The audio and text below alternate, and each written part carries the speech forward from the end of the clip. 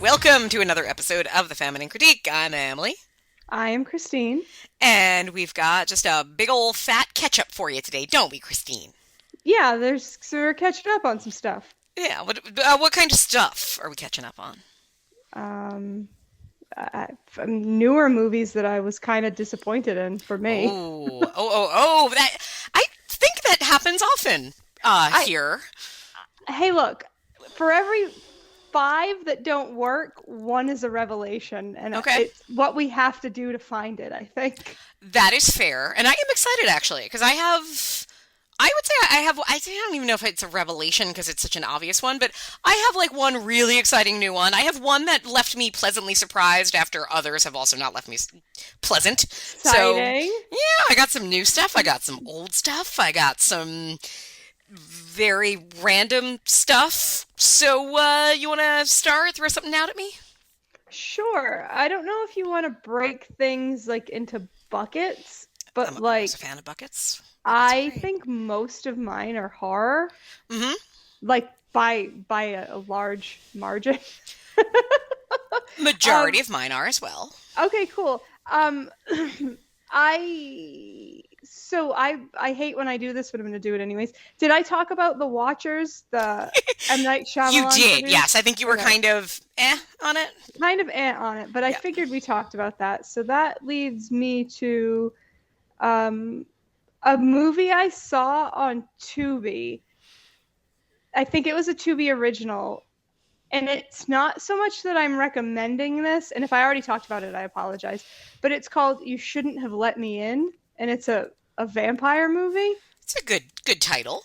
During a bachelorette party in Italy, a group of girls invite a handsome stranger into their home. Ooh, uh-huh. Um, I'm finding a lot of enjoyment in kind of like, hey guys, you just made a movie. Good for you guys, kind of movies. And this really feels like, guys, it's hard to make a movie. I'm really impressed with you. In I a good don't. way for this one. You found it enjoyable in that way. It is not not anything revelatory or different or like breaking any molds, blowing any minds. But Mm-hmm. like, it is a very simple kind of idea executed in a decent way, and I think they really are in Europe. So like, Okay. the cast is like, when you have a cast, you're like, oh, that might have been a local hire, or Often. like you're in a weird house and you're like, this is a strange place to choose to shoot this scene. This is definitely somebody's mom that was on vacation and they said, yeah, sure, you can film a movie, just don't break anything. Yeah, it's like, oh yeah, we were able to rent this old villa for really cheap for no reason, but it has that energy, and I was very charmed by it for some reason. Oh, So I wanted to mention it. it's nice. I have two that were definitely good for you. You made a movie, but also nobody should really watch it. Oh, okay. So I will say, I think Tubi is such a good little gold mine of like a junk drawer where you find stuff. It's like you go to an antique Yeah. store and you rumble it, like they have like just like the jar of keys or like marbles, and you're just shifting through it and you find some good stuff. I never do Tubi. I just don't think to do Tubi because of the ads when I Hmm. have access to others that don't. So I have one from Amazon Prime and one from Peacock, but both were definitely made for change that was found in between seat cushions. One, I'm going to give bonus points for the title. Okay. It's on Peacock. And let me see if you can guess it. So, if you want to make a horror movie about a murderous Uber driver, what do you think you could call it? Uber. No. Oh.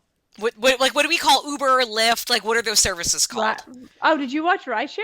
I watched Ride Scare. Oh, I love like there's the rideshare one and there's Spree. Oh, I Spree is really great. I love I Spree. really like that style of movie. Are Yeah, you telling me that maybe this isn't that I'm going good? to say that into every genre, something very bad happens. This is not good. This is it's very cheap.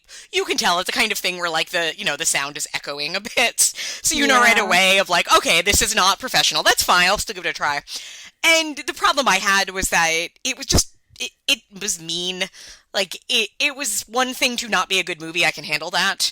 But then it had a really mean ending that just made me angry because if you're going to make Not me a watch something fan. not good, at least, I don't know, give me some good for her-ness, but this does the complete opposite, so I didn't like that. And then there's another slightly higher budget, like, maybe they actually didn't need rolls of quarters and had actual bills to make. This was on Amazon, and it has one of those titles that is a title that makes it really easy to write a review that puns on it, because the movie is called Don't Look Away. Oh. And of course, That's a very generic title. Yeah, and I had to write down in parentheses mannequin because I knew I would forget what this movie actually was. Yeah. It's about a mannequin. If you look at the mannequin, then the mannequin is going to haunt you and kill you, but it's kind of like an Annabelle mannequin. It doesn't actually do Ooh. anything. It just sort of is there, and then you turn around, and then you fall off a building. I like that. That's not bad. This one bothered because I was like, this could be working. Okay, this is, it's rough around the edges, but it's a good idea. You don't get many mannequin things going on. It is, I don't like to say talk about bad acting in a low budget movie, because it is often not the actor's fault. They are being directed, they are being rushed. Often the director does not know how to get a performance out of somebody. And it may be that they were perfectly good in the performance, but that it's not framed right. This is a case where it's like, oh no, these are just really bad young actors. So that's Don't Look Away. I would look away. Okay, look away. Well, that's so fun. I have another one, and I think it was a Tubi movie. This one, whereas You Shouldn't Have Let Me In, I think is what it was called, was like, oh man, you guys were so close. This one was like, oh man, you guys like kind of did it. It's called Model House, and it's not about a model house. It's about a model house, like it's filled with models. Oh, okay. Either one I was kind of into, I'm not going to lie. It would have been better if it was about both. Like, oh, it's a model house and a model happens to live there.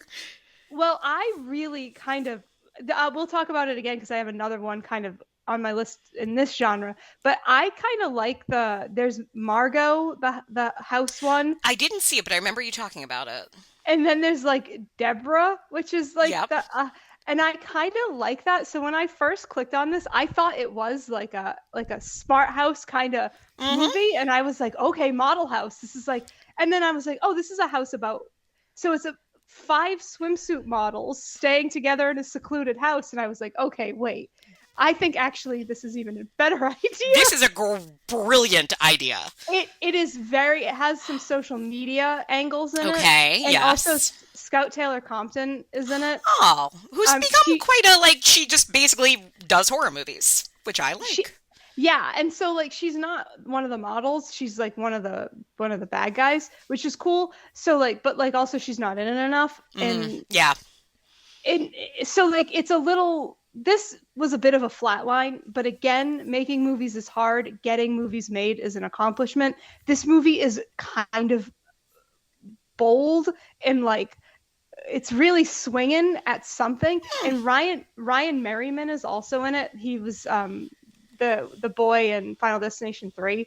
Okay, he was on Pretty Little Liars as well. Yeah. Right? Yeah. Thank you. So like you can see with like Scout in it and Ryan Merriman. Yeah, it's made for a little more money than Ride Scare. Yeah, we're really trying to like get some like ground this in a reality where movies are real things. And I appreciated all of that. It was a lot of fun, but like ultimately not really blowing any minds. And also some of the models were very, very pretty. So like if you it doesn't let down in that regard. So I, again, trying to celebrate some lower budget stuff that maybe didn't reinvent anything, but you could waste time in a worse way. And it's only 85 minutes, Model House. I will watch this. It sounds like it is very much a lot of things that I will enjoy in a movie like that. Yeah, and I like when things utilize social media in a way that's not like pretending it's something else or pretending it doesn't exist. And this movie manages to like kind of be like, these are famous models. They would have access to people and stuff. I don't know. It was interesting. So if you watch it, hopefully you don't hate it. I'll give it a try. I'm intrigued. Okay, cool. I'm going to take a movie that uses social media in an interesting way, which is not the way I would lead with this movie, but it's a good, transition here. So, because in this movie, there is a character who mentions his Instagram account, And Okay. the movie did a thing where, like, they actually did make an Instagram account for the character, and there's like 6 posts, but they are hilarious, and that in itself, like, almost redeemed this movie for me, which was a bit disappointing to me. I ended up doing like a double billing of David Cronenberg's kids movies. And Okay. so this one is his daughter Caitlin's first movie, Humane. It is on Shudder now. Do you know anything about this movie? No, but I don't watch anything Cronenberg like as just like a personal choice. Did, I don't care what child it is and where they came from. anybody with the last name Cronenberg is It's out just for you. well because Brandon, right? Yep. Okay, he does stuff too that I don't like. I don't like being reminded that we're bags of meat. So Oh, yeah. any filmmaker that does that, I say, you know what? I appreciate it. Not for me, friend. Okay. Okay. Very But interesting. does this make you think about how you're a bag of meat? No, this movie is, of all of the Cronenberg movies of both dad, brother, sister, this is the least body horror version of anything. This is really not body horror at all. It's a good concept. It doesn't. Here's the problem with this movie. It is sort of a near future where there is overpopulation and resources are dying and so on. But it's a very like this is not. It's a very small story where within the world, within this country, or actually no, it is the whole world. A great concept. The concept is the world has agreed. Each country is trying to reduce its population by 20%. And the way they are doing that is by, like, I forget what they call it, not conscription, but like volunteering to, serve your country and enlist. And enlisting means you are going to be, you're being executed. You are getting, somebody's going to come up to your house, inject you with something, you die, you collect your kin, your whoever you designate as the person inheriting money gets like $250,000 and you have helped do your job. And in this case, it is a very rich and powerful family led by Peter Gallagher, who Okay. we do not celebrate enough. Oh, I love Peter Gallagher. He's Yeah, so absolutely. great. Let's talk about it. Yeah, every time he's the shame of this, and this isn't really a spoiler, is that he is gone pretty quickly in this movie because he's so good. And he has 4 kind of terrible children of varying sorts who all are sort of high-powered failures in different ways. And they essentially he enlists for him and his wife, who then runs away. So it's, oh no, somebody else has to enlist today. And what's his name from Just Shoot Me, Enrico Colantini. Oh, love him. He's Love him. so good in this. He shows up. He's the guy, like he's like the blue collar guy who shows up and basically is like the guy that shoots you up with poison. And he's there and he's like, all right, well, I need to collect somebody. And meanwhile, he's the one who has the social media account. So it's very funny. That in itself is very good. The problem with this movie is that I watched it far too close to having watched Mike Flanagan's Fall of the House of Usher, which Okay. has a really similar family makeup to these kids. Of one is a powerful executive and so on, and like it just doesn't. It should work on, like, there's things that are there story-wise that should work, but I just don't think the movie gets there. I don't think the characters are interesting enough. It's good actors, but I don't think they get to show much of what they can do. So it was ultimately disappointing to me, because I've heard a lot of, like, exciting things about it. I watched it, I'm like, this was fine, but didn't do what I would have liked it to do. Yeah. I get what you're saying. And then I also watched Infinity Pool, which is Yes. the other Cronenberg child's movie, and I've seen his others too. I've seen what were they? Antiviral and Possessor. Well, I think we watched Antiviral for the show, we did. right? I think we did. Yeah. Yeah. And I think that's the only Brandon maybe I've even seen. And that one wasn't, I didn't find that one like upsetting, I don't think. I mean, rewind the tapes and go back and look, maybe I did. But I don't recall it. But like I won't watch Infinity Pool. Like I just decided I won't. There's just so many that I just said, no, I'm not gonna watch it. This didn't get there for me. I think part of it was, I think, I knew the plot had been explained in any, like, even if you try to avoid anything, like, roughly what's going to happen. Yeah. So yeah. when you get there very quickly and then you realize I have another hour and a half of what now? Ooh, really? Yeah, Mia Goth is great. I know she sounds kind of like a monster, but my God, is she interesting on screen, especially when she gets to play a very over-the-top character. Hmm. So that was great. I find Alexandra Skarsgård generally somebody who looks really good on camera, but who can very easily not be that interesting on camera. Hmm. So this, yeah, I don't know. I mean, if you're a completist, it's interesting. It does do things that other movies don't, but this didn't really get there for me. Interesting. Oh, Hmm. well, I'm glad you watched it so I didn't have to. I do what I can for you. Thank you. Thank you. Yeah, Am I allowed to talk about thrillers? of course. So this is a twofer because you can't talk about them without talking about the other one. Hmm. And Okay. also, you may have watched these movies and told me to watch them. Oh. So if I didn't listen to you, I apologize. Um, so I watched 2018's The Bad Seed, and then Christine. 2022's The Bad Seed Returns. Wait a minute, wait a minute. There's a bad seed. Wait. Okay, okay. Hang on. Because, first of all, you were talking about the Rob Lowe directed Bad Yes, Seed, written yes, by the woman who wrote Wish Upon, right? yes. Barbara I should Michael. Yep. stop this recording and have my husband come into this room so so I can say to him, hey, what was the movie I told you this morning was actually better than it had any right to be? And he's going to say, oh, are you talking about that Bad Seed remake that was written by the woman who wrote Wish Upon? Because I'm not kidding. 6 hours ago, I was telling Yep. him about that movie. Yep. It was so good. I did not know they did a They did a second Returns. one. Yeah. Oh my God, with McKenna Grace. Yep. So I gave both of them 5 stars, but I do think the first one I enjoyed more. Yeah. But come on. I very much enjoyed the second one. And on the poster, McKenna Grace looks a lot like, oh my gosh, please forgive me, the ginger snap that was on. Catherine Isabel. Thank you. Hmm. My brain Swiss cheese. I She see looks it. so much like Catherine Isabel. For a long time, I didn't know what this movie was, and then I was like, wait, that's McKenna Grace. I can't believe I didn't know they made a sequel. You're welcome. It is Yeah. very good. Oh my God. I am so excited. Yep. Oh, I had a female feeling. writer So director on this one. yes, that very exciting stuff. I had a feeling you had seen and talked about the 2018 one, Hmm. and then I posted about it on I think Instagram, and I think James, listener and Yep. friend James, said something about it, and I was like, this is fully an Emily Bem style movie. But like so I knew you had talked about it, but I don't know why I had that feeling for like kind of like a let's just put it on a Saturday afternoon and see like what this Lifetime-esque movie is. And I'm like, no, this is amazing. So you This is watched fantastic. them in order? You watched the first one and then the Yes. second one? Yeah. Okay.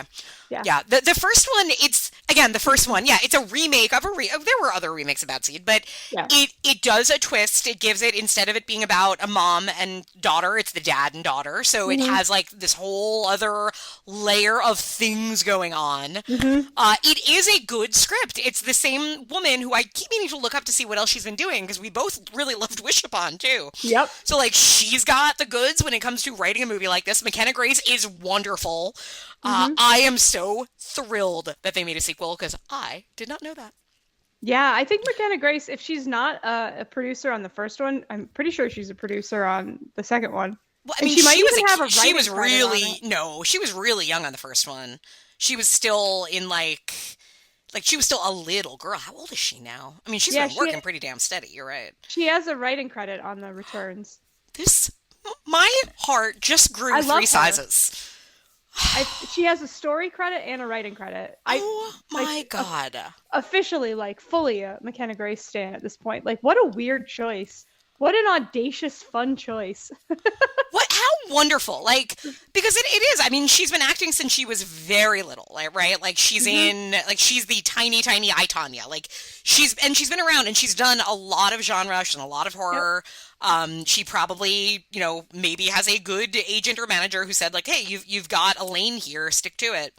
But she's fantastic, and I did not know she was producing when she is only probably what, like 21 or something now. Yeah, she's very young. So I don't remember exactly what, but I looked it up too. And Like, wow, good for her. And I I think it's just, what I said. love the idea that she did the bad seed when she was probably like 12, 13 and was like, I had a good time. Yeah, okay, I have ideas for that character. That is wonderful.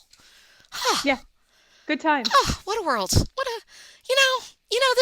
people want to say it's a bad business, but come on, you know? I know. It is very, that watching those movies made me very happy. Just like, it's just not because they were necessarily great or fun. They were, but like, just like, you're like, wow, cool things are getting made. Look at this. Yeah. For you. Oh, that makes me, that's my heart it just warmed it. Yeah. I hope we'll watch it. Let me know what you think. Oh, definitely. Definitely.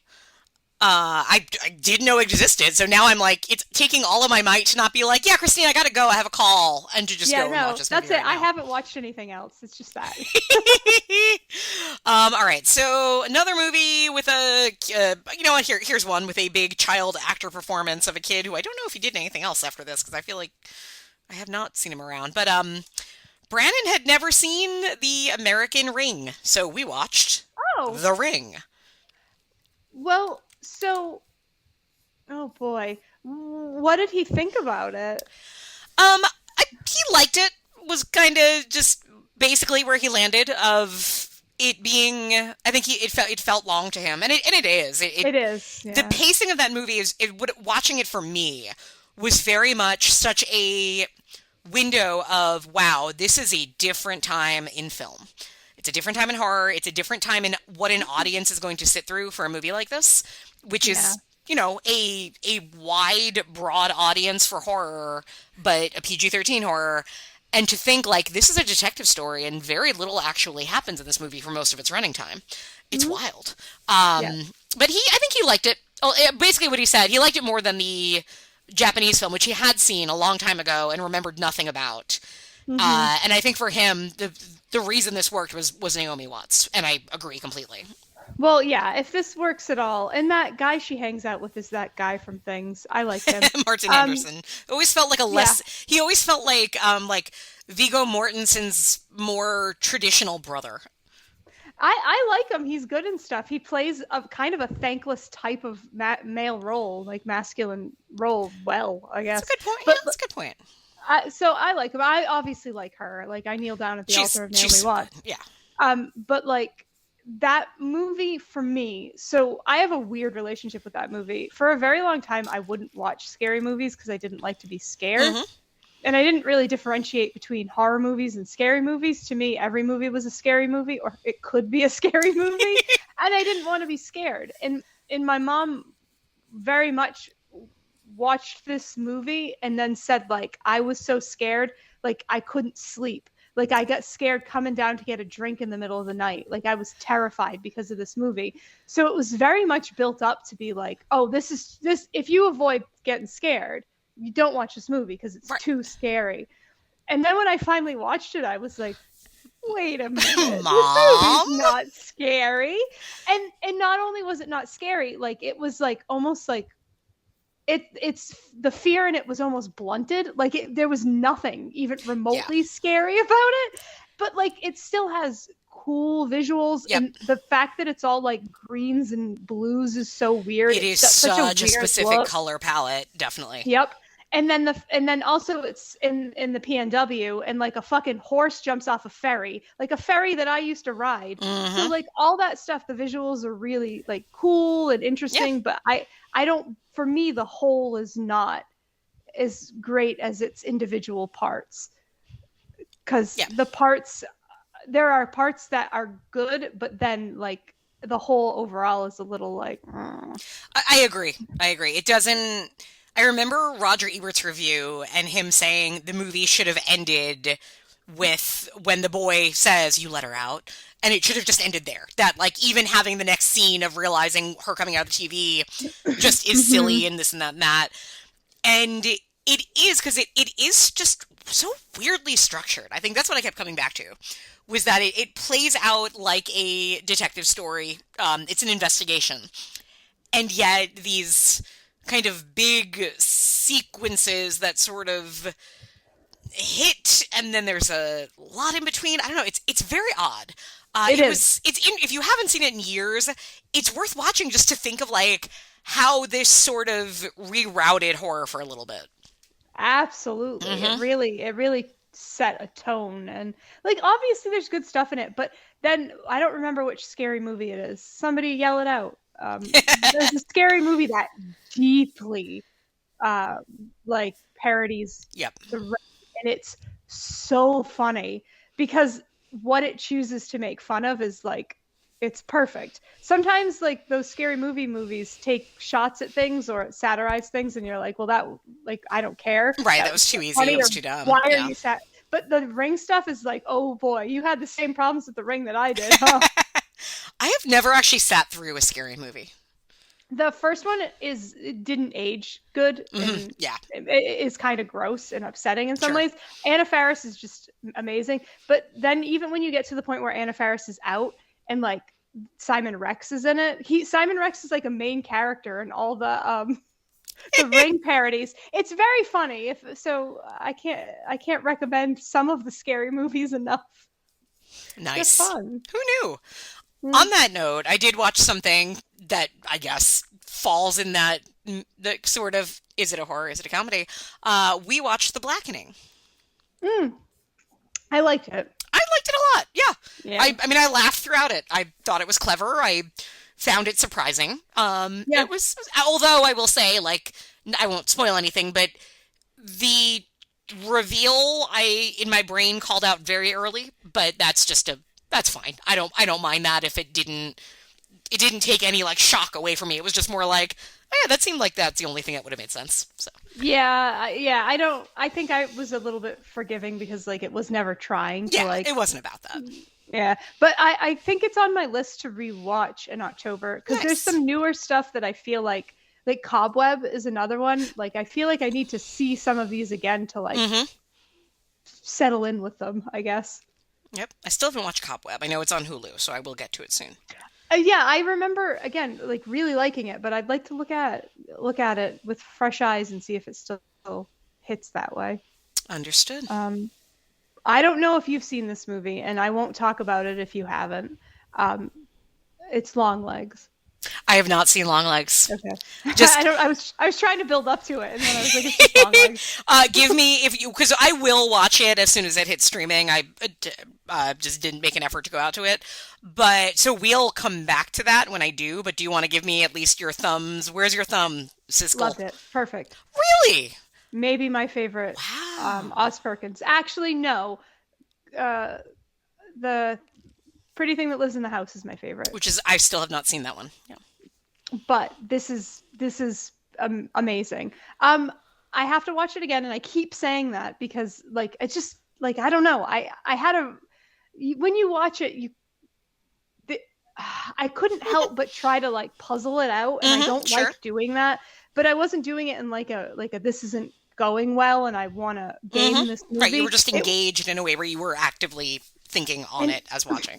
And I would like to not do that when I Understood. watch it. So I'm going to rewatch it. And so I kind of, again, rewind the tapes. I probably said when I watched Gretel and Hansel that I had a problem with like the last like minute of it kind of ruined the whole movie.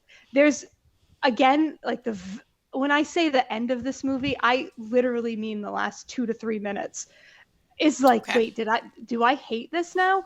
I don't know what about Oz Perkins that he will end his movies in a way that go like, wait a second, I hate this movie.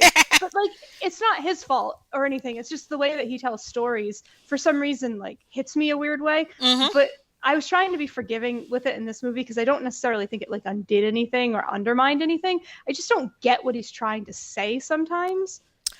Interesting. And that's how I felt at the end of this. I went, wait a minute, what did I just watch a story about? But that not in a bad way necessarily, just in a like, did I connect with this the same way that I thought I did kind of way? That's exciting because I have not seen it. I assumed if I had to make a prediction, I thought you were not going to like it, just based on people who, because I've managed to avoid knowing too much about it, which I'm surprised, but it seems like, and it seems like very love or hate, and people whose And I can't remember who specifically, but I feel like more have swung on the like nah side, and I was like, yeah, Christine's probably didn't like it, but that's exciting that you liked it.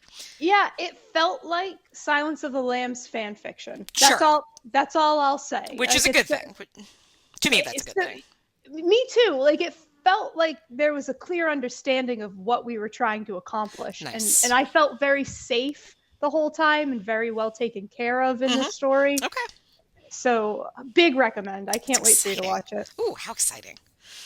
I'll pull up another newish one that Okay. I did not know how I would feel about because it came out around the same time as the last Omen that everybody went crazy for and I thought was not good at all. So Oh my God, I watched that too. and what'd you think of that one? I liked it. Really? I liked it a lot. Okay. No, I really did. It was doing something. It reminded me of Honeymoon a little bit. Really? Okay, I can see that. All right. It just gave me that energy, and like Mhm.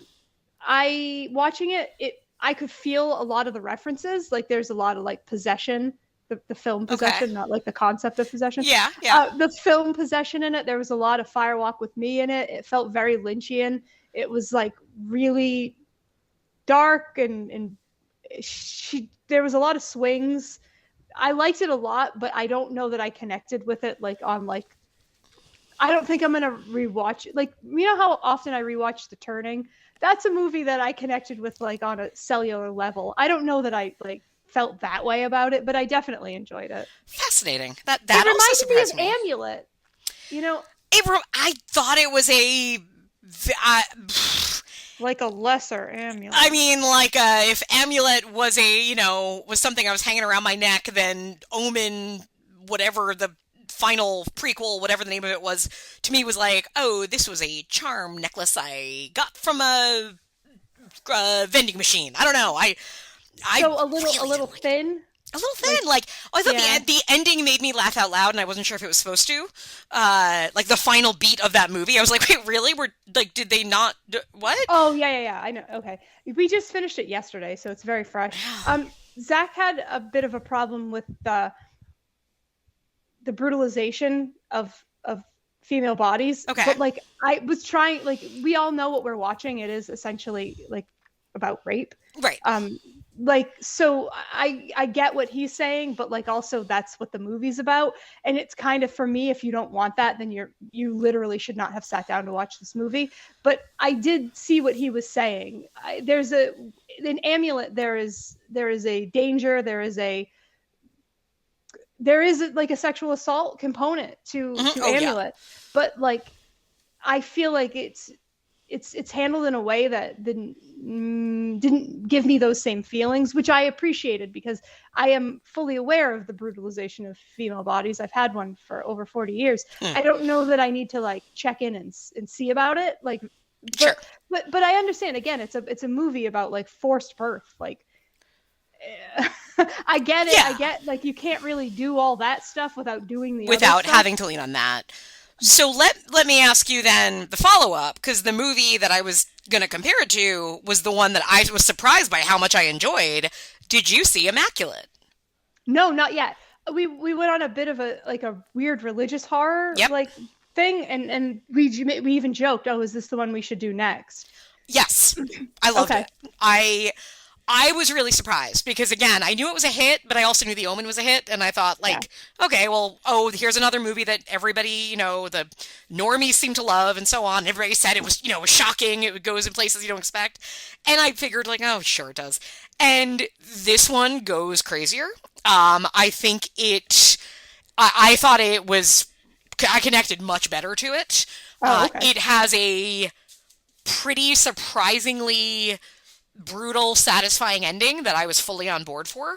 I thought Alison Sweeney was tremendous, and I like her a lot. yeah, and I mean I know like she's very charismatic, she's very sexy, like she knows how to kind of be a star, but she's also, I didn't know this, a really good actor. She's great in it.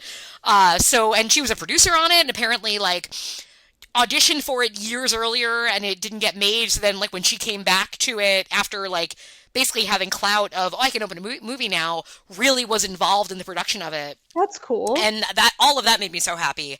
but I was really surprised by how much this worked for me, especially in comparison to how much the Omen did not. So I Yeah. am really excited for you to watch this to see maybe we're on totally different pages or if this works for you better.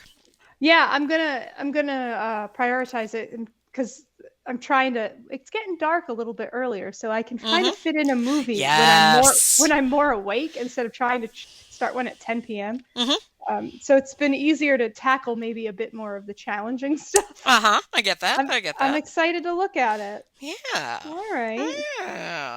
Yeah. um, hey, I watched a movie called Trap. Oh, Did I talk about I this think you already? did. You said it was great, right?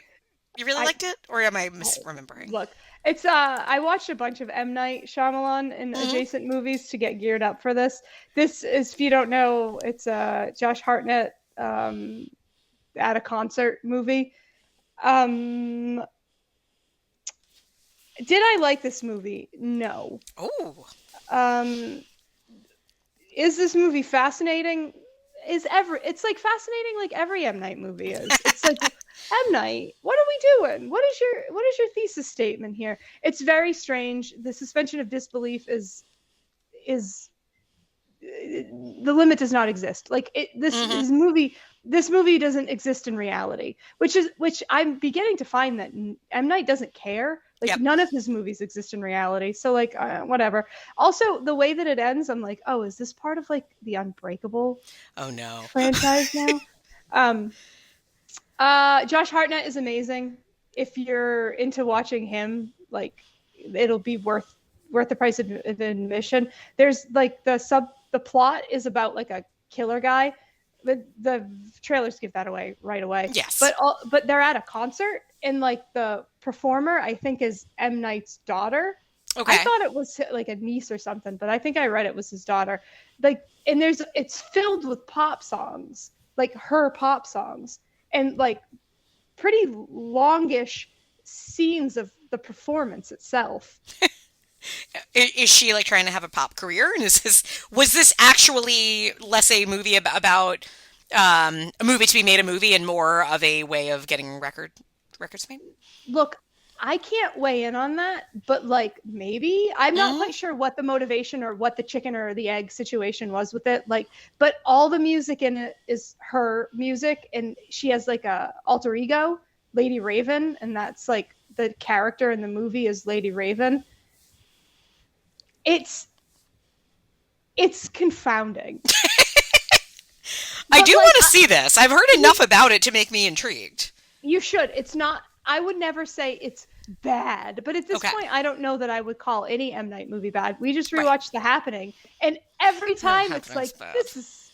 this, but it's bad in like a what are you guys doing kind of. Well, it's like bad in a different way than Ride Scare is bad, right? It's bad in a way where for everybody sure. in this movie has like there's money in every frame of this movie, and everybody in this movie knows how to make a movie.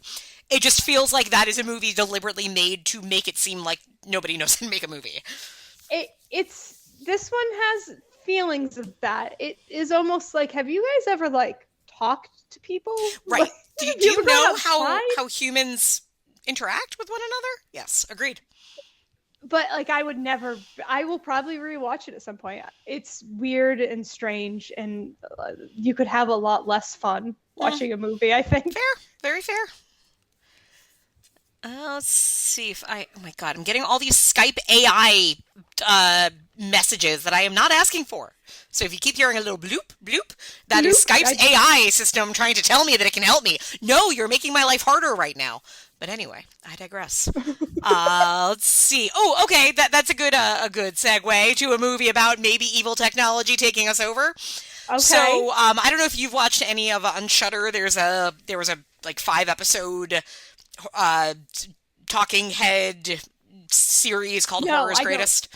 I don't typically watch those. Yeah, it didn't. I thought there was one really good episode. I thought the episode on J-horror was interesting because it was people who I maybe was not familiar with talking about Japanese horror and having like some nuance and cultural insight that I didn't necessarily have. But as we saw that was the next episode, I said to Brandon, they're going to talk about Pulse, and you still have not seen Pulse, and I would like to show you Pulse. Pulse or Cairo in the Japanese. This is a movie I kind of had to. I watched it several times, and kind of every time I revisit it, I have a very different take on it and feeling on it. The first time I watched it, to me, was one of the scariest movies ever made.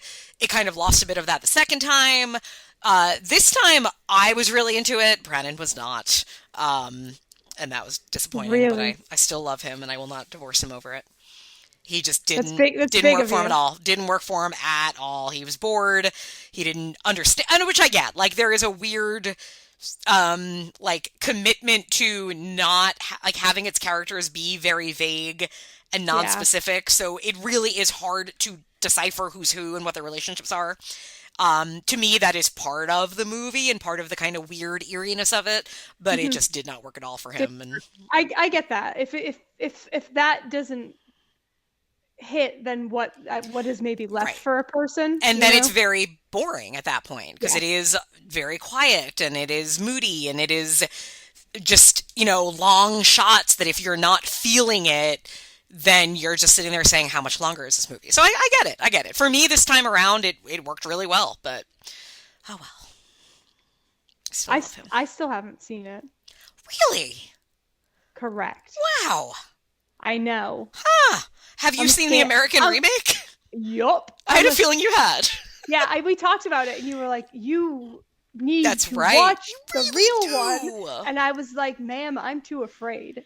Well, I mean, you I are. just told you I didn't watch The Ring for like 20 years because I was too afraid of it.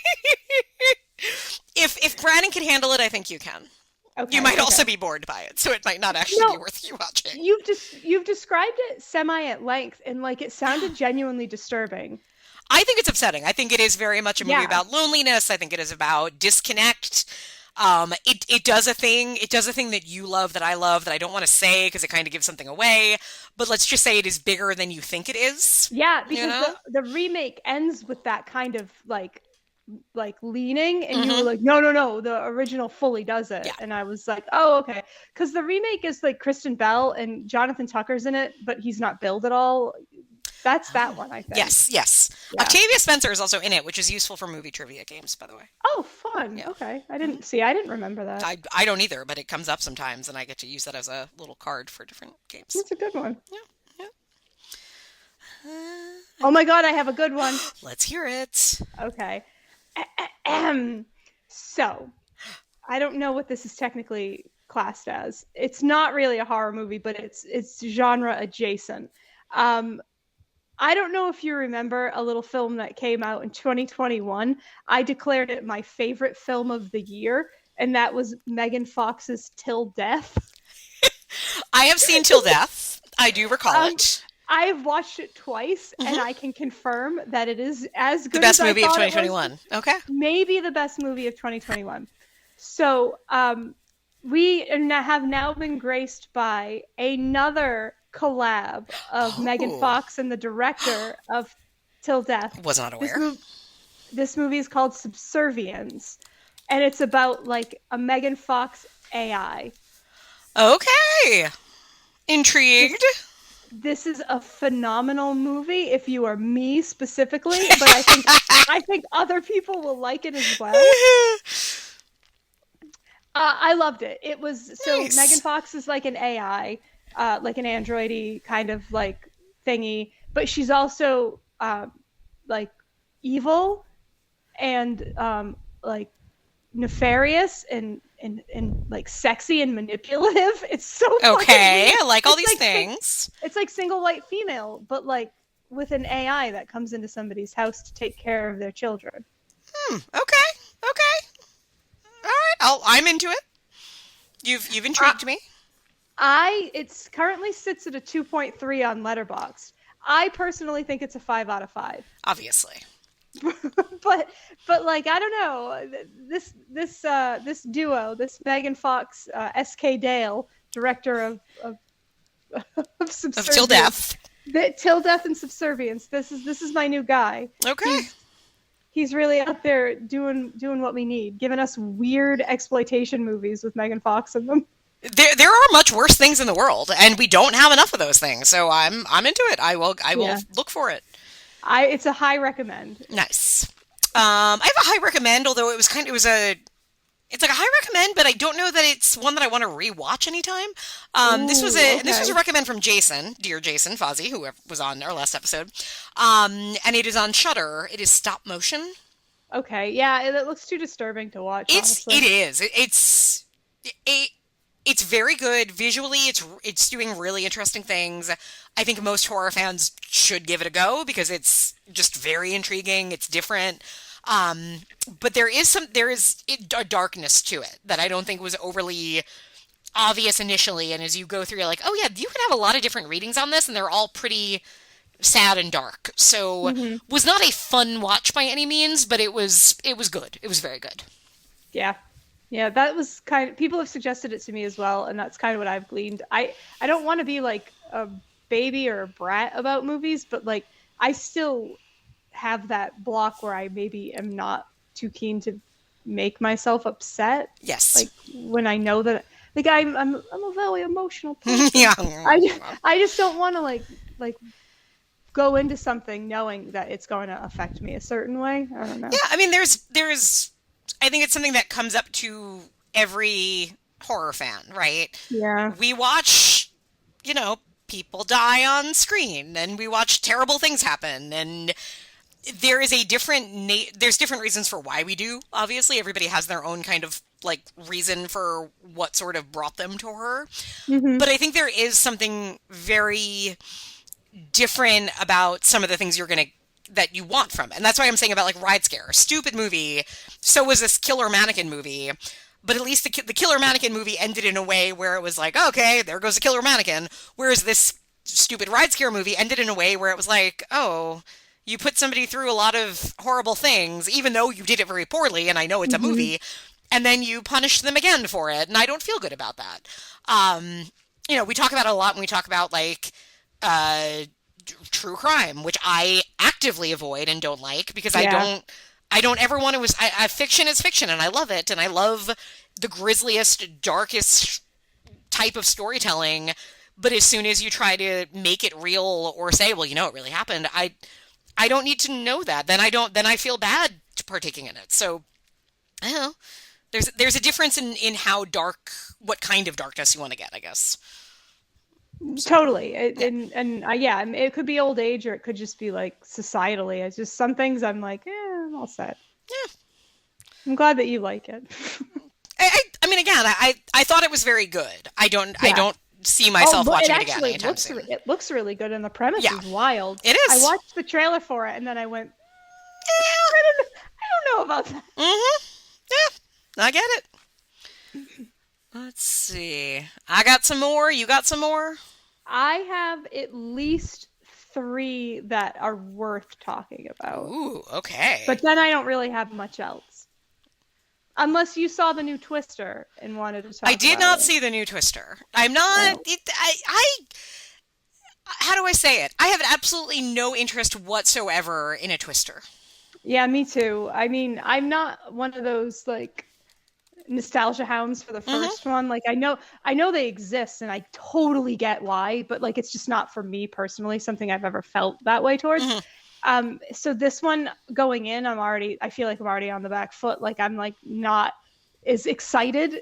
So now you kind of just have to present me with like a good movie. And I don't know that that's what I felt like I was presented with. I think a lot of people got a lot out of it, It but seemed like like it. It made people I'm happy. not one of them. Yeah, it made people very happy and very excited. I didn't get the main woman. I didn't get that main guy that everybody likes. I Mm-hmm. didn't understand his appeal. Um, I I was just kind of, and I mean, it followed similar to a lot of like sequels or requels. Like Mm-hmm. it really did hit the same beats of that first one. So if you have that like warm, fuzzy, like familiar feeling with that first one, it's gonna check boxes, right? But like I never felt that way. So I'm like, no, all right. Yeah, everything you just said makes that movie even less appealing to me. Zach was genuinely like, like intrigued. He was like, okay, well, we've gone so far with effects and like what is it gonna do and what is it gonna do different? And then it was kind of like nothing. But But I'm over here squawking about how Subservience changed my life. So we're all looking So for what do we different know? things out of movies. Exactly. But yeah, if you're not like, if you don't have that like drive towards it going in, that nostalgia feeling towards it going in, I don't know that there's much to get. Yeah, I'm good. I'm good. Yeah. I watched a movie about a storm, or that had Oh, storm in the title, so I think that counts. Storm of the Century. Storm Warning, Oh, okay. which probably was the prequel to Storm of the Century. You know. Got it. Yeah. That See what I did there. This is directed by the guy who did Urban Legend and Valentine, Love it. which we're fans of. This is modern, by modern I mean like 2008, so almost 20 years ago. But this is like modern exploitation. Mm-hmm. It is Australia. It's like a rich couple, or end up they're going canoeing or something, and they end up like stuck in the middle of sort of boggy nowhere, where it's a family of very bad men doing very bad things. Mm-hmm. It is really brutal. It's very violent. It's really well done for all of that. It's like the height of 2008. We know exactly what kind of horror we're getting. But there is something about it which normally is not something I seek out or look for. I'd always remember hearing good things about this one. And I can see why, because it feels very much like it was made by somebody who watched a lot of exploitation and said, okay, can I do that now? I don't know if I can do that now. Let me try. And he did. It's very good for what it is. It's incredibly gross and unpleasant. Yeah. I know that style. Yeah. Mm-hmm. Exactly. I watched Zoe Kravitz's movie, the one she directed. Don't blink. Blink twice? Blink twice. Blink twice. Yeah. Okay. Blink twice. Channing Tatum, Elia Shawkat, Christian Slater. Is Gina Davis in this? Yep, Kyle MacLachlan too. The cast is so. Zoe Kravitz directed this, so you can come to that fact with any baggage you want to, and I'm sure people will. What I bring to it is wow, she got some real good faces in this fucking movie. And that's all I care about. Okay. Because to me, that's like, that shows you're interested in doing something interesting. It's not just like a shotgun blast of like who's popular right now, or randos or whatever. It just felt really like a curated cast, and that made me super excited. Liked it, didn't love it. Okay. I will, if she directs something else, I will watch it. The problem was not her. If I had a problem with it, the direction wasn't a problem. The acting wasn't a problem. I am a huge Channing Tatum fan when it works. Yep. And it worked in this. Something about the story just didn't hit fully for me, and that's probably just like a me thing. But I would recommend it. I'm really intrigued by it. I've tried to stay away from it because it seems like something that the more you know, the less you might get out of it, because I guess it seems kind of twisty. It is a little twisty, but you know what? You know how they say like anything that if I can spoil something for you and it ruins the movie, then it wasn't a good movie to begin with, that kind of thing. If I told you the whole thing, it wouldn't ruin it for you. Okay. It would just be like, oh, okay, well, I had a feeling that was maybe what was going on. And also she does it, or they do a good enough job, like whole buffaloing it, so that like once you do know what's fully going on, you could go back and watch it and be like, hey, they set that up really well. Okay. Oh, that's being paid off really good. That type of thing. Got it. But I liked it. Good to know. You mentioned Channing Tatum, so I will mention Channing Tatum adjacent. As we know, what is the franchise that got Channing Tatum his start, Christine? Hopefully you're going to say Step Up. Obviously, the best franchise of the modern era. Yeah. Did you know that there was a 6th Step Up movie? Going to IMDb right now, but I have to believe that you're lying to me. I would never do that to you. Now, I guess this is sort of like the Fast and the Furious 3 of the franchise. I am talking, of course, of Step Up, Year of the Dance. I can't even find that. Yeah, it's also known as Step Up China. IMDb calls it Step Up China. Yes, the movie title, I believe, is actually Step Up, Year of the Dance. It is Step Up in China. I don't know that there was any actual connection to the American Step Up. But it is a Step Up movie. Like, it feels like one. It is a dance group, and there's a rich guy who, like, really wants to be in the dance group, and so there's dancing, there's gangs, because, of course, somebody does die, I think. I didn't get it, it would be the bottom of my step. I still like it more than the first Step Up. I'll give you that much. There's more dancing, better dancing than Step Up 1. Well, Step Up, the original Step Up is really not strong in that regard. No, this has so many 1-star reviews. But why? Like a huge. You're right. It's a 3.7 on IMDb. I don't understand why. It's not good. It is, but it's But I don't know. There's dancing. God, how picky can you people be? It's a Step Up movie. Is the dancing filmed well? Well, because that's one of my problems with the first one. When we do get dancing, like, we never get to see it. You see more of it than because they're definitely dancers first, actors second. Yeah, I get so that. you see more dancing.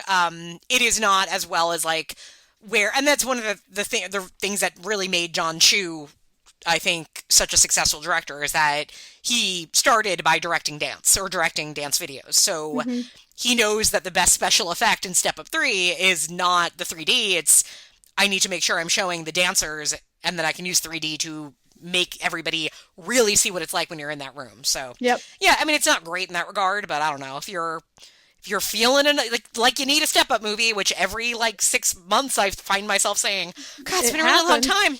And I look to see, I'm like, you know what? I just need to own these movies. I need to keep them on hand so I can always watch them.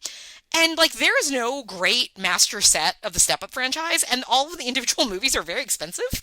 I guess they're out of print, and all of this worries me. And that's probably going to be my new mission in life, is to make sure that we get the full complete Step Up set at some point in life. But yeah, they should do a big box set. Yeah, you would think that people want it, but I guess people don't want media anymore, or so they say. Yeah. They'll learn, I suppose. I have a few more things. Do you need to take a break and we wrap up a few more of those things? Yeah. Let's take a quick break. Let's take a quick break. Okay. We'll hydrate after all that dancing. I do need water. There you go. Okay, I'll be right back.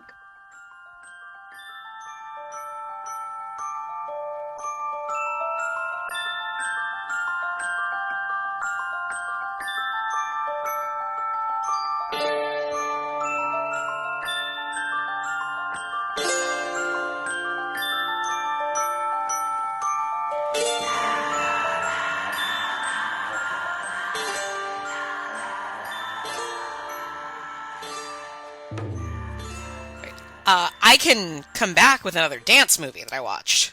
Oh, no. I had forgotten that I watched this. Okay. And actually, it's not that I forgot that I watched it, because it's been sitting on my list. It's that I forgot that it's a dance movie, because it's so not a dance movie, despite being set in a ballet academy. My darling husband had never seen Dario Argento's Suspiria. Oh, interesting. I mean, that's easy to, slip through the cracks, right? Oh, definitely. And so I said, all right, I'm like, it's been a very long time since I've watched it. And I looked at him, I'm like, I don't think you're going to like it at all, but yeah, let's do it. And of course he just kind of looked at me and at the end of it and just shook his head. He's like, what is that? I'm like, oh, I don't know. It's Suspiria. And then of course I said, Suspiria in my whispery voice. It's such a good looking movie. It looks so cool. I haven't seen it in a very long time. Yeah. It did make me want to revisit the 2018 film. You know what? I've been thinking about it a lot, because if memory serves, I very vocally did not get it and did not enjoy it, and felt like it was for other people that weren't me. So I wonder if I still feel that way. Yeah. Maybe let us consider if we want to cover it, because I believe it was an Amazon movie. It should be on Prime. It was very widely available for a minute. Yeah. So my problem with that movie, we talk about saying, when we see a movie, we're like, I should see that again. I definitely should, because I watched that movie on an empty stomach and didn't realize until it started, oh shit, it's 11 o'clock and this movie is 3 hours and I haven't had lunch, and I'm really hungry now. And I was saying to Brandon, I'm like, it wasn't that I walked into the movie not planning. It was that I forgot this was back in the day when you had like 35 minutes of trailers. So by the time the movie started, it It's was a 4 hour. lunchtime. You're there for 4 hours. Yeah. Exactly. Yeah. There was the whole like Maria Menounos segments back in the Yep. day. So, whew, yes, it seems to be on Amazon Prime. So Yeah. let's think about that. It's a commitment, but if you watch it on after eating like chicken wings or vegan chicken wings in your case, because I just remember that's like all I remember about it is Tilda Swinton eating chicken wings. Yeah, I think it needs to be. I think it needs to be done for me at least. I think I need to watch it at least one more time.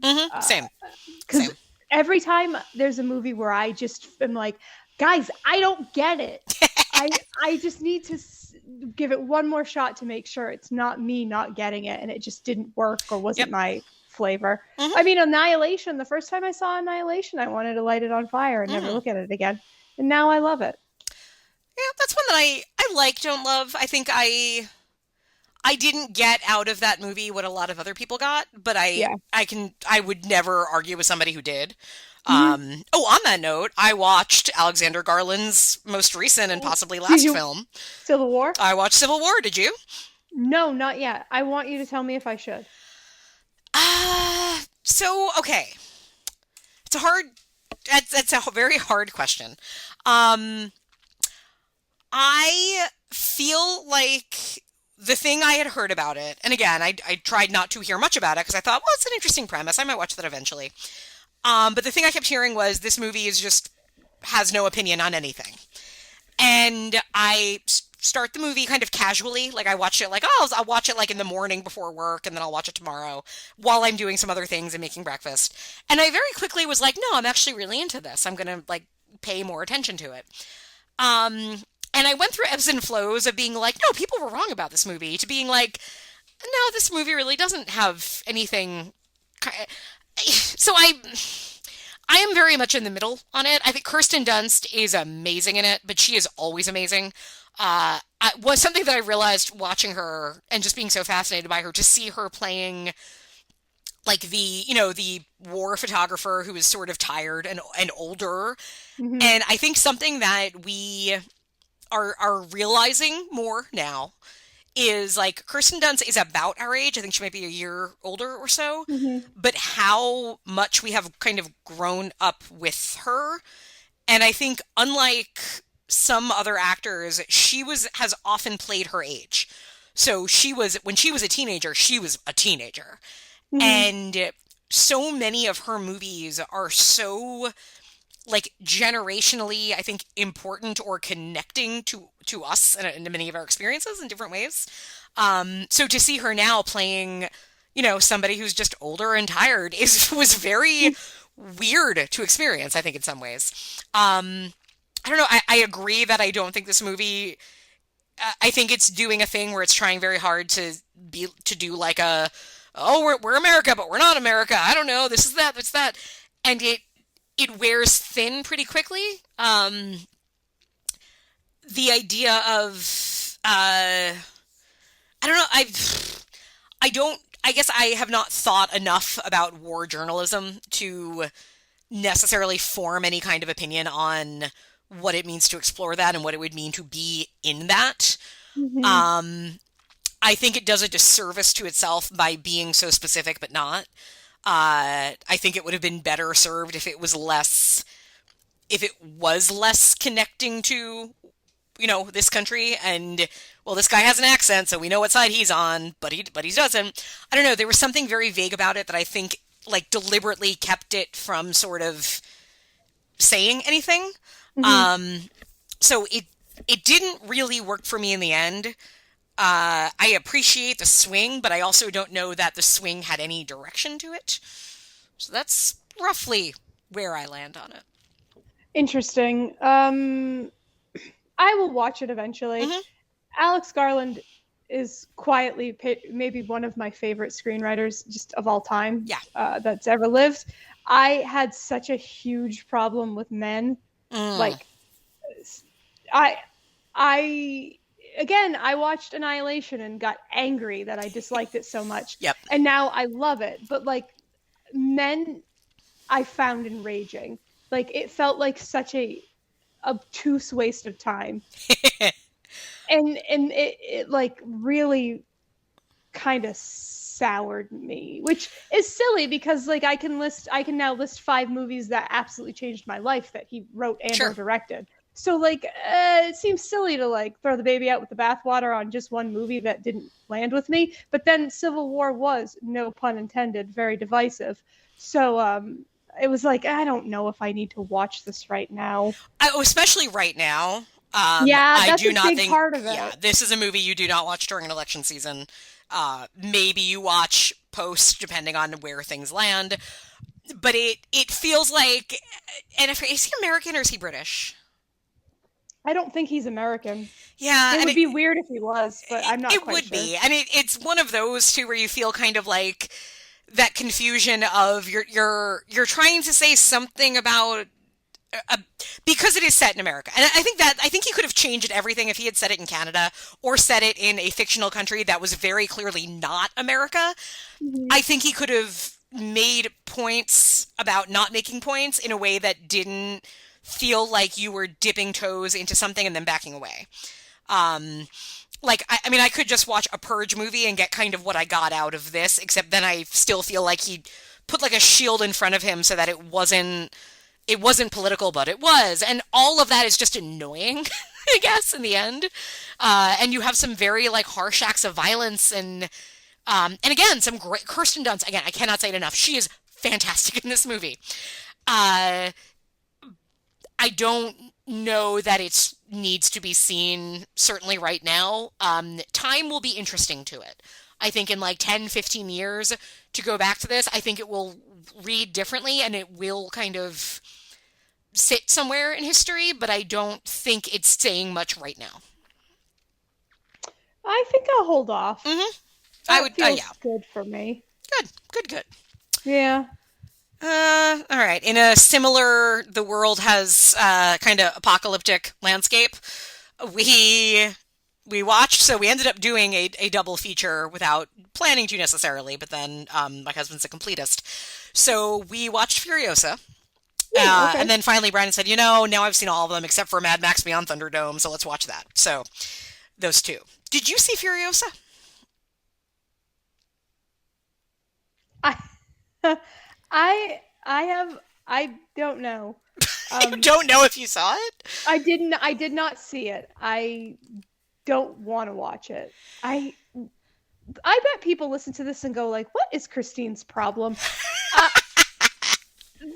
I've said this before. Sometimes when you have a movie and you had a good experience with it, it's best to just leave it there. And I've had multiple kind of life-changing experiences with Fury Road.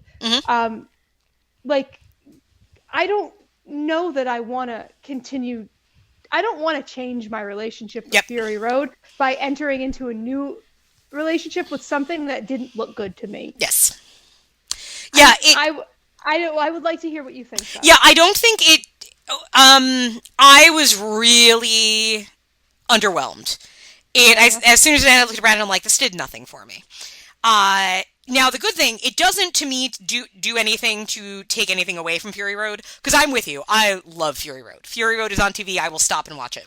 That is a movie I think back to and I get like physical chills. I love Fury Road.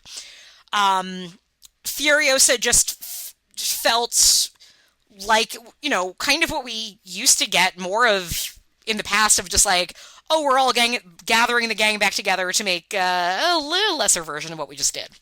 It feels like it is trying to do a lot of the same things. Some of the action's great. Nothing to me came close to like getting that reaction that I wanted to from it. I love Chris Hemsworth is great.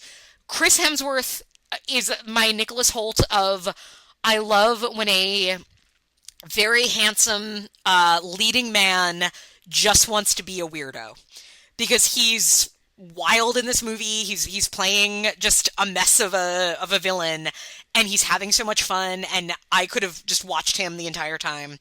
But this just didn't do much for me. So I'll never revisit it. If it's on TV in the background one day and I land on it, I won't, okay, I'll put that on while I, make my dinner or whatnot. But it it just was very like, because I know some people that did vouch for it of like, no, no, no, this is better than Fury Road. No, this is right there. And I didn't get any of the energy like that. The energy of Fury Road is something so special and singular, and it's not here. Uh, and then Mad Max Beyond Thunderdome, which is, to me, the first hour of that movie is like almost the best of any Mad Max, second to Fury Road. And then it just turns into like Hook and gets weird. And that was my experience watching it this time, and that was Brandon's experience watching it too. It's what an oddly put together movie, but Interesting. Okay. Yeah, I had heard people say that Hemsworth was really the standout. Yeah. But then I watched the trailer and I was like, I don't see it in the trailer. So perhaps there is nothing here for me. Kind of feeling I will watch it, but like I don't know. Me and movies have a weird relationship, especially like theatrical ones where I feel like there's a narrative already attached to it, like how people have already experienced it. I get weird about it these days, and I'm just kind of like, I'll get there when I get there. Yeah, it's often a problem with new things is that it is very difficult to approach anything cleanly. And that is why I actually went to the movies today. Oh my gosh, you did. I did. I know. I don't do this often. I rarely do this. But when there is a genre movie that everybody is talking about, and I realize very quickly, oh no, by the time I see this, I'm going to know everything. I mean, even if I don't know everything about what happens in the movie, I'm going to know where every single person stands on it, and it's going to be very hard to see it fresh. So I said, you know what? I'm doing it. I'm going to go see The Substance. I cannot believe you got to see it.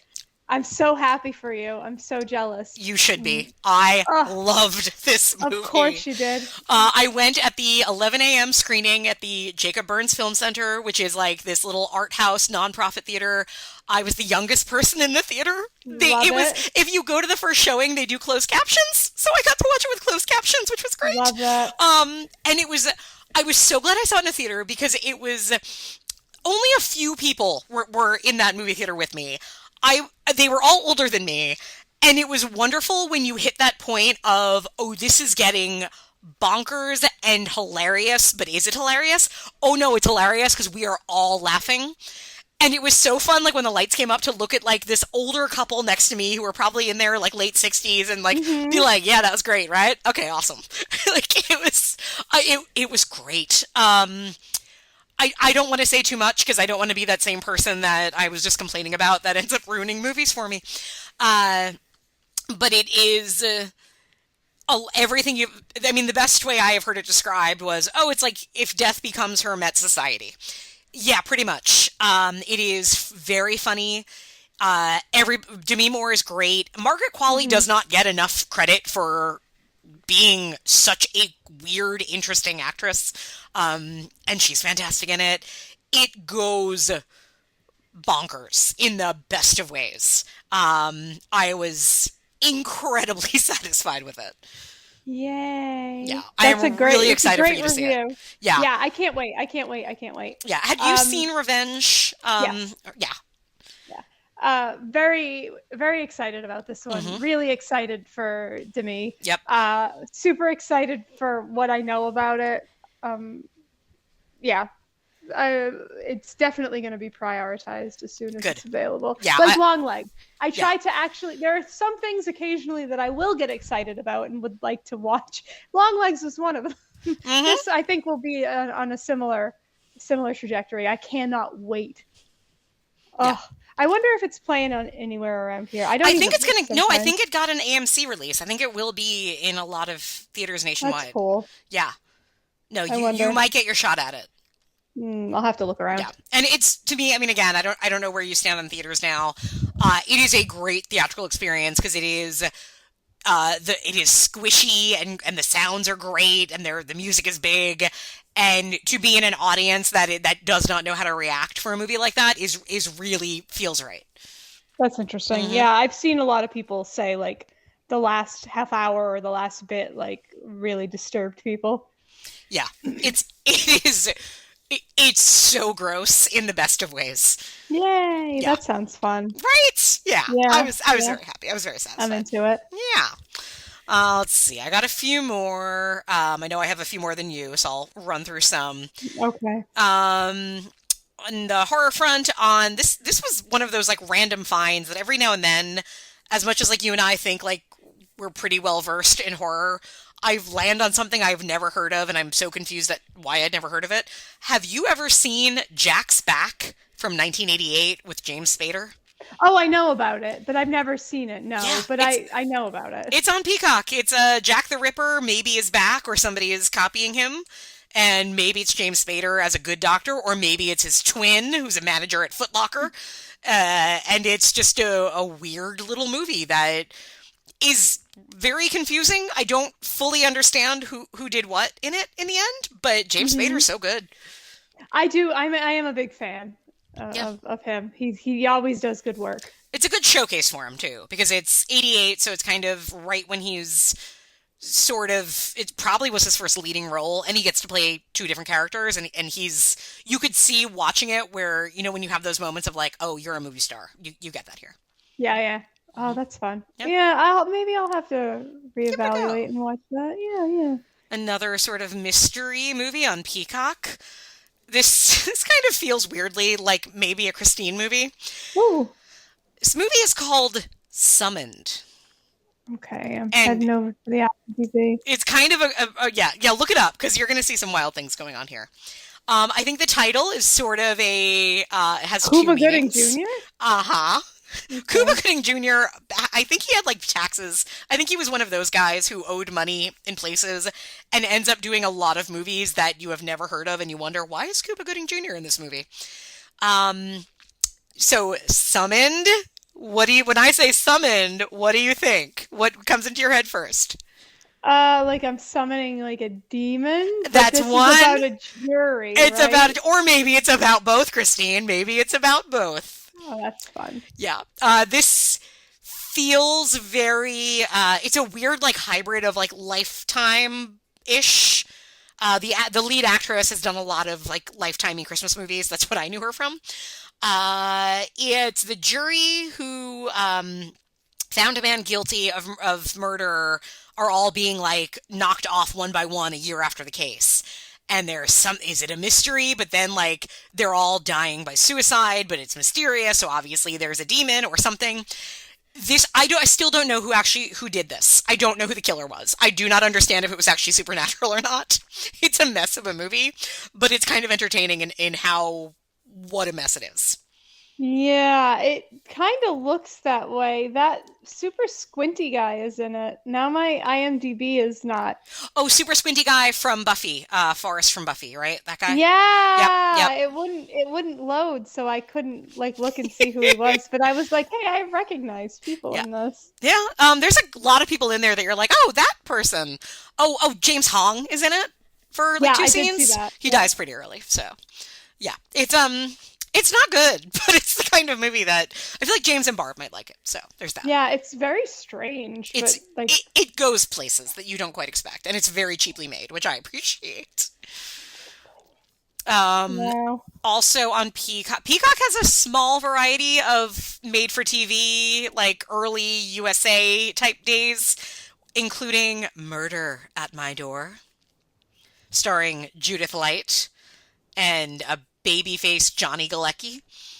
Okay. Uh, there is a murder going on in their small town, and perhaps it is Judith Light's teenage son, Jonathan Galecki, who just seems off. What And year is this from? 96, I think. Wow. It Okay. feels like it should have been earlier. It feels like out of time. Like I don't remember 96 being this 80s, but it feels very 80s. Watching this movie, I am convinced Judith Light is actually the greatest actress of her generation. She's so good in this not good at all mystery where she is summoning everything to play this mother of a shitty teenager. The problem with this movie today is that, like, today, if you made the same movie, you'd have a twist and it like wouldn't be Johnny Galecki. It would be his little brother or something. Yeah, But in yeah, yeah. 1996, you're like, okay, so he's the killer. So everybody thinks he's the killer, but he's not the killer, right? Spoiler alert, no, he's the killer. like, Oh, okay. yeah, but there's other weird things. Grace Zabriskie gives a special appearance by credit. That's fun. So there's fun things going on. And if you're like, I don't know, kind of scraping the barrel and want more 90s made-for-TV things, there's Murder at Your Door. At my door, my door. Murder at my My door. door. Yes. All right. Just a few more on my side. Oh, this is a movie that screamed Christine to me. Oh, okay. Okay. This just feels like the kind of movie you would have watched growing up and would have loved. And if you haven't, then I know you would watch it now. It is based on an Ira Levin play Oh, okay. starring a young or post-Superman, so, youngish, Christopher Reeve, Michael Caine, and Diane Cannon. Have you Oh, ever seen Deathtrap? Deathtrap? Yes! I love I Deathtrap. knew you would. Of course you it's do. Such a good. So good. Of course I do. Deathtrap is like one of my favorite movies. I think we have it on Blu-ray too. I don't Very ever remember good. you talking about it, but watching it, I'm like, this is a Christine Yeah. movie if I've ever It's seen one. so good. Yeah. Yeah. Ugh, Did you like it? I loved it. Loved it. Mhm. I went in knowing nothing about it. I knew it was based on a Oh. play, Yep. and that's the way to see it, because if you know anything, then it does, like, there's some big, big swings. And even, like, I'm so glad you've seen it, because then I don't have to, like, tease you with it, but not tease you with it, because I didn't, like, there's things about it that would get you to see it, but for anybody out there, all the things I would say to Christine normally to, like, tease her about watching a movie, I would say here. So if you've not seen Deathtrap, you can rent it on Hoopla, which is one of the library services, for free. Mm-hmm. So it's there. So good. So It's really good. It's a Mhm. really, really good murder mystery, really good script, really good. It's well acted, it's well staged. Yep. It's almost a perfect movie, if not a perfect movie, Yeah. in my opinion. And you get to see Christopher Reeve in a really just different light, if you will. Yes, and he's so good, He's so good. especially like when you like me, the main way I'd seen Christopher Reeve obviously is Superman, Sure. but also then like isn't there like that Children of the Corn movie or something? No, you're thinking of Village of the Damned. Village of the Damned? Yeah. Yeah. I get those confused sometimes. Fair. But it's kind of like I had never really seen him in anything like that he was there because he was good. Mhm. Do you know what I mean? Yeah, and he's a Juilliard trained actor. Like, he had all of the goods. He just was also an incredibly handsome man who made a cutting figure of Superman. So. And then it just seemed like the most mainstreamy things that you would just catch Yeah. Christopher Reeve in were maybe not trading on his talent. At least that was my experience with it. And so the first time I saw this movie, I was like, because Michael Caine is always hit for me. Sure. Like, it's a sign of quality. But I was like, I don't know if Christopher Reeve's going to be able to stand his own in this really kind of sparse story. And it's like, nah, he chews on shit. He's so good. He's so good. Yeah. So good. Yeah, it was quite rewarding. Yay, that's awesome. Another one that everybody was talking about, so I watched on Netflix, and I actually really enjoyed it. Did you see Rebel Ridge? Or you don't have Netflix, so you don't usually see those. So I did, actually, Rebel Ridge was the movie I had vague booked about, saying that I would maybe talk about it and not say great things. It just didn't work for me. I don't understand necessarily why people liked it, but like so many people liked it that I have to chalk it up to like, it just didn't hit. But like, I get who made it, and that's why I was like super excited. Yeah, But yeah. why did you like it? I mean, the lead actor is phenomenal. That was the other than biggest thing that- to me, was the lead actor whose name I forget now. And I can, because he's going to be a star. Like, he was so riveting and so good that you're following him. I liked Anna Sophia Robb. I liked that relationship. Like, Don Johnson as a villain he can do that really well. He can play like racist shithead in a way that is scary, I guess. And I don't know. I don't think it was perfect, but it held me. It held my attention completely. I felt going into it. It was one of those movies. I think I knew that it. Spoiler alert, a little bit. I think I knew it was going to end positively. If I did not know that going in, I may have walked away from it pretty quickly. but I think I Mhm. knew it was going to be satisfying, and so it was just like, okay, how is he going to teach everybody a lesson, if you will? Mhm. And I by no means think it was a perfect movie, but it was to me very um, it was very thrilling. It held my attention. I thought everybody was good. Like we get James Cromwell in there as a shithead. Like No, everybody, the cast is really, yeah, really good. That's not at all even remotely a concern or problem I had with it. Everybody's great. what was your problem with it? Just that it was uh something. I, I've really just kind of cut everything down to just saying it didn't work for me. Sure. I don't know. I wasn't engaged. It felt trite. Hmm. I didn't care about anything. Everything seemed to go on for way too That's long. fair. I was like, it felt like a slog. And I'm looking at it right now on Letterboxd, and the amount, like, so almost everybody I follow on Letterboxd has seen it, Hmm. and everybody has given it. I think the lowest people have given it is 3 stars, which again totally feels like, well, this is a Christine thing then.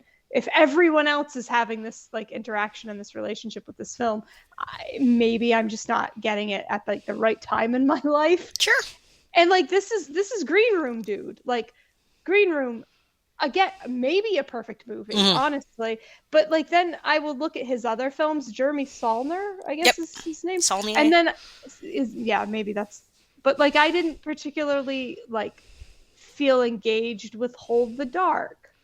I didn't like Hold the Dark. I liked Blue Ruin a lot, and I liked Green Room a lot.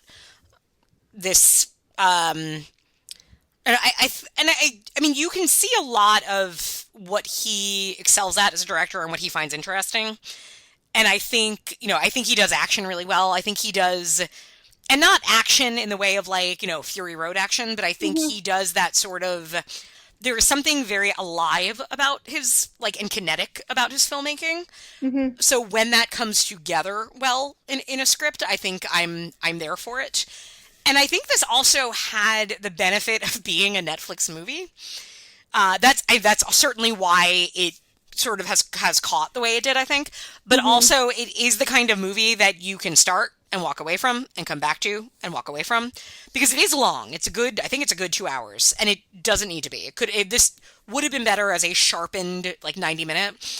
But I don't think people watch this kind of movie that way. I think they do other things and do pause it and come back to it and then rewatch it 3 days later. And Mm-hmm. like, there's something about that type of filmmaking that I normally don't like, but I thought it worked here. I don't know. I was sold into it quickly. And part of it was just I wanted to watch this guy do what I knew he was going to do. Yeah, totally. And I totally get that. I just, maybe if I'm in a different frame of mind someday and it's like, what's a great action movie, or Hmm. like to go back around, I'll check it out again. But it's, It's I don't also know. okay not to like things that other people like. I know, but like sometimes it's you. I have discussed this at length. It is sometimes difficult for me to wrap my head around because I want to know why, Mm. and I don't Yeah. think you can get those answers sometimes. No, I get it. I think that's why I was so curious about that you liked the Omen prequel, because that was one for me that I felt like, what am I missing here that film critics thought was great? For And me, it's yeah, fully visuals. hmm, Visuals. yeah, That's really what visuals and like energy. yeah.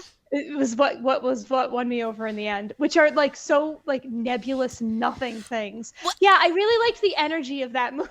well, and it's so funny you say that, because as you're saying that, I'm like, yeah, those are the things I liked about Rebel Ridge. Yeah, I didn't Yeah, care, I it just guess, at the it end of the connects or day. doesn't. I'm curious if you have seen another one on my list. Then, did you see the Royal Hotel? No. I just want you to watch it. I'm really curious what you'll walk away with, because I knew enough about it going in to know it was not going to easily like sit in any genre. This is Julia Garner and Jessica Hennick from Glass Onion. They're like two Americans backpacking, and they end up in like the outback, bartending in a mining town where there's all very testosterone men in a world they are not really belonging to, and it's just a bit of tension building, and it's a very it's an it's an odd watch. It's saying it's, I don't exactly know where I stood on it yet. It's one that I think I could see like coming back to, or see like reading a really great paper on and being like, oh, okay, now I get it. But Hmm. it's doing a lot of interesting things in a very different way, and that's why I'd be curious for you to watch it. Yeah, looking at it, I know this Hmm. poster, so I know that I've come in contact with it. It also, just reading the synopsis, it gives me and Soon the Darkness vibes. Yes. Oh, Um, another which movie that Brandon has not seen that I'm like, I want to have him watch it, but I'll be very sad if he doesn't like it. there's two of them. You should do a Oh, I've double seen the other feature. one. I don't need to see the other one again. That's okay. The I'm good. American one. Yes, the American one from like 2009, right Yeah, in the heyday of, do we have yeah, anything left to remake? Here's a yeah. movie that very people have seen. Let's do that one. But And it feels like a 2010 so movie. It much, feels so like from that. much. Yeah, very much. And Um, for those who have not seen the original Unseen in the Darkness, which I think is like 79 or so, it's late Something 70s, like that. Yeah. it is just this very tension buildy movie about two young women who are in the middle of nowhere in France, and one of them is missing, and the other one has to try to find her. And I love it, and I'm getting excited thinking back to it because I know I will rewatch it soon. But this has some of those vibes. It is less a genre movie. It's not on paper a horror at all, but it's doing something like that in just this idea that you're a young woman in a place that you maybe have stepped into without being fully prepared for who you are here. Hmm. Um, and it's just builds in tension and builds. And I think you would get something out of it by watching it. Exciting. Okay. All right. That's a good suggestion. Hmm. And on the notion of movies that you show your partner that they really like, that you watch and say, oh, okay. A movie that was dear to Brandon's childhood that I had never seen. Uh, we sat down for Haunted Honeymoon, which feels like a Oh, movie you would have seen. we were just talking about that like 2 days ago. In what regard? Have you seen it or Zach? So I think it's a movie that Zach had seen like when he was a lot younger and Okay. had like walked away with the vague feeling of like I remember liking it. I'm pretty sure that's what he said to me a few times. Hmm. It, I remember yeah. liking it. It feels like the kind of movie if you watched like as a kid, it you would definitely have very fond memories of it. It's enjoyable. There's some great comedic performances. It's Gene Wilder and Gilda Radner, and of course they're Hmm. perfect and they're lovely. Jonathan Pryce is there, and he's great. Domhnall Louise is fantastic. He is playing. If you know anything about the movie, you know he's in drag. He is playing the elder aunt, but he's playing it very straight, and he's wonderful in the movie. Um, what I said to Brandon when it ended, I looked at him and I said, "Did did we lose? Like, did we when we paused it to like go to the bathroom? Did we skip through like 30 minutes of this movie? Because it makes no sense narratively. There's just so much that doesn't add up, and characters that are there that don't play into anything. And I look at him, I'm like, no, but I don't understand what happened in this movie. I don't understand like what the reality is of it. So like, don't expect story to add up, but it's cute. It's of an era. And again, like as a just to see kind of comedy, some very, very good comedic geniuses working, you get a lot of that here. Yeah, which one did I watch? I talked about it. It was the parody of Murder by Death? yeah, thank you. No, it's not that one, but it's that type of genre. And I was like, this is amazing, and I felt like it was such like a nice surprise because that type of I don't want to straight up just call it a parody because I Hmm. know it does more than that, but it can really go wrong. Yeah. And I worry about that when we watched the trailer for Haunted Honeymoon and I was like, I don't know, man, it could go either way. Well, it's like in terms like there's something aesthetically about it that takes you back to Clue and takes you back to Yeah, I can like see that. an era when movies could like studios would spend a lot of money on a mansion and things like that. And I think like you and I have both talked about like Mel Brooks of how I think Mel Brooks is a wonderful human being. I love listening to him talk and I could read what he writes. I don't usually find his movies that funny. His humor just doesn't click for me, and I know that's true of a lot of people. And this is not Mel Brooks, but it's Gene Wilder who, cut Yeah, his yeah. teeth with Mel Brooks, and it has some of that. It has some of those like repeated gags and some of those like there's that element to it in terms of humor that isn't the whole film. There's other things that I did laugh out loud at, but it doesn't. It feels like they just rush. It feels like they just ran out of time and said, "Yeah, it's good." It was saying to Brandon, like, if you remember in the movie Elf, like, there's the scene early on when James Caan is the like book publisher, and they have a book going to print, and they realize they forgot the last page, and he's like, "Don't worry, kids won't care. Just get it out there. That it's important that we sell it." That's kind of what I felt like with this movie. That there was like, no, like they really didn't think we'd care about the fact that it doesn't make sense. Yeah, and I'm not. I think that's where it does where again I'm saying parody, but where parody doesn't work for me. So I looked it up because it was going to bother me. I'm talking about Fatal Instinct, which is Carl Oh, okay. Reiner. Yeah. But like the thing that worked so well for that with that movie for me is that it was funny and it was tropic and it like took like aim at that style of movie, like a Fatal Attraction style Basic Instinct kind of movie, but it also was a cohesive story within itself. Mm-hmm. And I think that's for me when it works best. Like, yeah, do that's when the scary movies work best, when they're actually telling a story but like poking at other horror movies, but still there's a fucking story. Yeah, or something that there has been care to. Yeah, exactly. And that's why sometimes I can be a little like hesitant, like, is this just going to be like a pastiche of like little vignettes that somebody thinks is funny, or is it going to be like an actual movie? Yeah, And yeah, that's fair.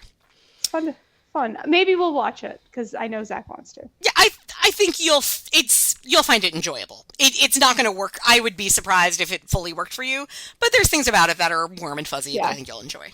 And I think you'll appreciate Dom DeLuise in it. I think he actually plays it well. Yeah. That trailer is wild. If anybody has no idea what we're talking about, like the trailer is, we just on YouTube, go look at it. The trailer is wild. If you have no idea what Haunted Honeymoon is, like the trailer is wild. I'm going to watch that trailer. I did not watch the trailer. Like, I will. What is this fucking movie? I will check it out. Last few, I have, you I'm sure have seen this because I can't imagine people didn't write about it for the various things you've edited. Dracula's Daughter, 1930 something, late 30 something. I have never seen it still, but like, yeah, I am well acquainted with it. Yeah, we'd watched it with my niece was visiting, and so we were trying to find movies that we had never seen together. It is post Dracula. It comes up a lot in various queer studies of horror because you can see like, oh yeah, there's a lot going on here. Yeah. And it's a little slow. It's that pacing that they hadn't quite figured out yet to me. But Dracula's Daughter looks fabulous and love her outfits. Hate the men in this movie, love the women. So it's one of those things. A movie that we watched because after Annabelle, Brandon saw that the actress who played Annabelle was in another horror movie that the trailer looked good for. So Annabelle Wallace. Not that Annabelle. Annabelle. Oh wait, I said Annabelle. Abigail. Abigail. Abigail. The little girl? The little girl from Abigail. Abigail. Yes. I was excited. I thought we were talking to Annabelle. Oh my god. No, but can we have an Annabelle movie where the girl who played Abigail plays Annabelle?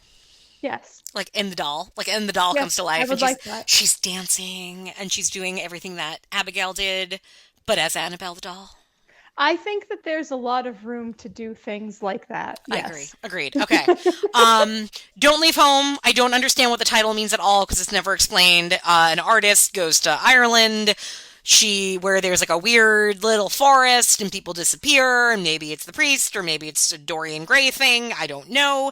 This was like really good for a while and you're like, oh, it's going to go somewhere. It's folk horror. You're into it. There's stuff building. There's a creepy old lady. And then it ends and it doesn't go anywhere and you're left wondering any character's motivation and why they did things. And it was completely unsatisfying and I speak about it so that everybody knows that because it was frustrating to me and I wonder if anybody else has seen it.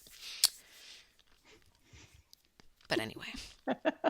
I that's one of the reasons why I'm such an avid movie talker about her, because sometimes I see something and I'm like, I need other people to see this so that we can talk about it. Exactly. And this is one that I would like kind of like other people to see if I missed something. But also, Yeah, I feel bad to recommending it.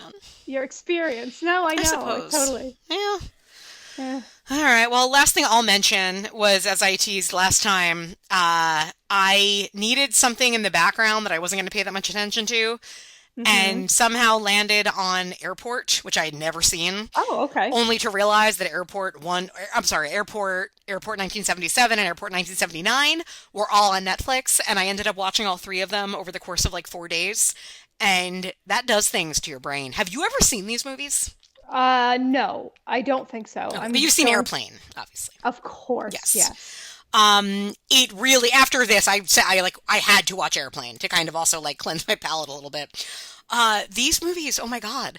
Like, I know we are not in the best timeline, but thank God I wasn't a flight attendant in the 1970s. Thank goodness I didn't just work in an airport. Thank goodness I wasn't a woman in the 1970s. You know, really, we say what we say, but that truly, good for us, I guess. Yeah, these are such the first three of them. The third one's a little better, but the first two, it's the same exact dynamic of young either actually no, in the first one there's two sets of romances where it's like flight attendant and pilot, and then the other one is like I don't know what her job is, but sort of customer service manager and her supervisor. And so in both cases it's like young beautiful woman, older aging man, both of them are married, and then the second one you get the same scenario. So every single time it's like the poor flight attendant can only seems to think that the only man worthy of her is this awful, terrible man in a position of power over her. And it's just it's a lot. It's really a lot to take in. I bet. I mean, I will say though, much like a lot of this type of movie from this general time period, I'm just going through Airport 77. And the cast. Jack Lemmon, Joseph Cotton, Olivia de Havilland, Darren McGavin. Oh, like, God. Come on. Because all three movies, and I didn't get to watch the fourth one because that one was not streaming with the others, but all three have like the same sort of, because it's kind of fascinating because they're the same, it's the same setup. Like the first one, half of it's in the airport and then half of it's on the plane. But in every scenario, you get the pilot, you get the head flight attendant, you get there's an older lady who's like a fading star of some renown, and she's Olivia de Havilland in the one, I forget the actress who plays her in the others, but like every one of them, you're like, oh, look at that, oh, look who they got, and it's the same, like, and I can't think of a franchise today that did that, where you get like same story, same setup, but different cast each time. Like, I don't think it's something we really do now. I think you do it more on TV with your like seasons of, I don't know, standalone seasons of The White Lotus, let's say. Yeah. But these are wild. It is a view into a world that thankfully I did not live in. For real. Well, I mean, the fourth one is the Concorde, Yes. Airport 79.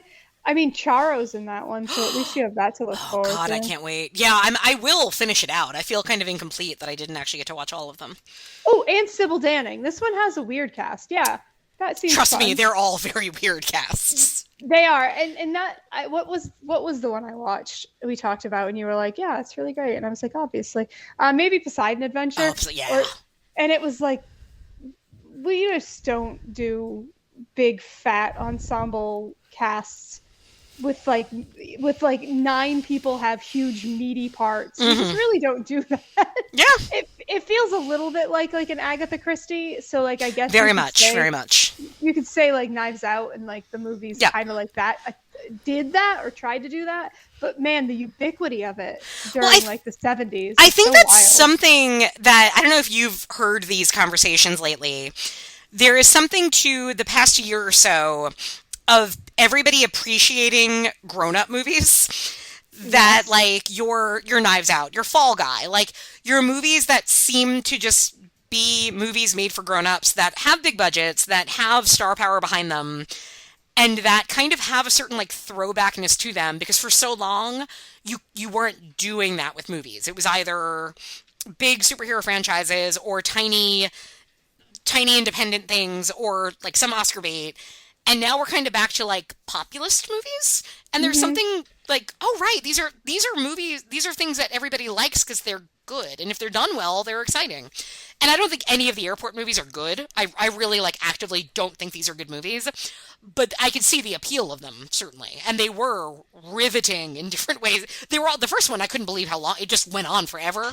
But I also was so like jaw on the ground watching it that I was not bored, even though it was boring. Well, that's interesting. Yeah. Mixed review, if you will. Um, yeah. What else did you have? Okay, well, all right. Oh. Yeah, so we're moving into Octubre, which is October in a different language. And I am wanting to do some genre-y stuff. So we started early, and where a lot of movies came out in the last, I don't know, 4 or 5 years even. In the 2020s, a lot of movies came out. So I'm trying to play catch up. Hmm. So we're kind of working backwards with like 2024 movies into like, then we'll start, which has led to some fun things. Like I enjoyed the first Omen. I enjoyed Blink twice. I enjoyed Subservience. I'm capable of enjoying movies. But I watched the A24 Brandy movie. Uh, Oh, this, it's oh, The Front Room the is what front it's room. called. Thank you. And it's the Eggers brothers, That I was gonna say. I'm like, it's somebody interesting directing, right? It is but Robert Eggers. not that one. Not Yeah, yes. it's not Robert. It's his, I guess, his other brothers. Um, I've been trying to remove like vitriolic language from my Oh boy. vocabulary when speaking about art. I I loathed this film. Wow. I wanted to shut it off.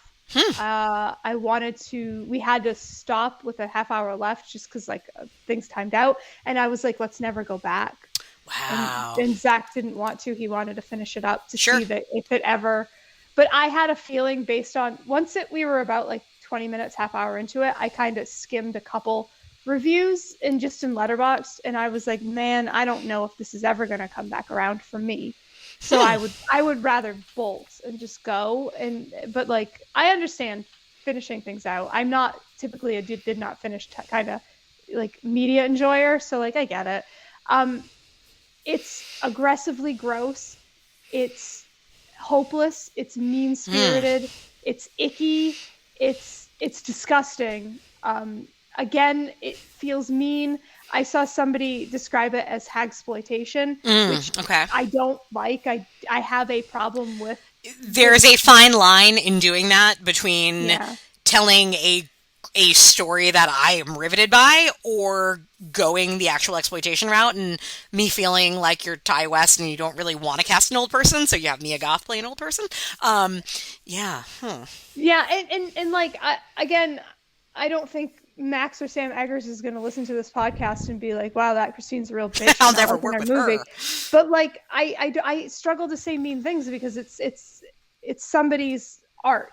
And Zach kept saying it reminded him of like I'm so sorry I can't remember this director's name, but like The Lobster and Killing of a Sacred Deer. Yorgos Lanthimos.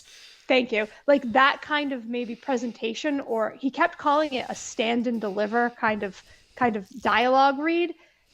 So a bit flat maybe. Hmm. Um, but like I don't know that everybody was really good at it. If that's what was happening, I don't know that Okay. everybody was having a good time with it and it felt lived in.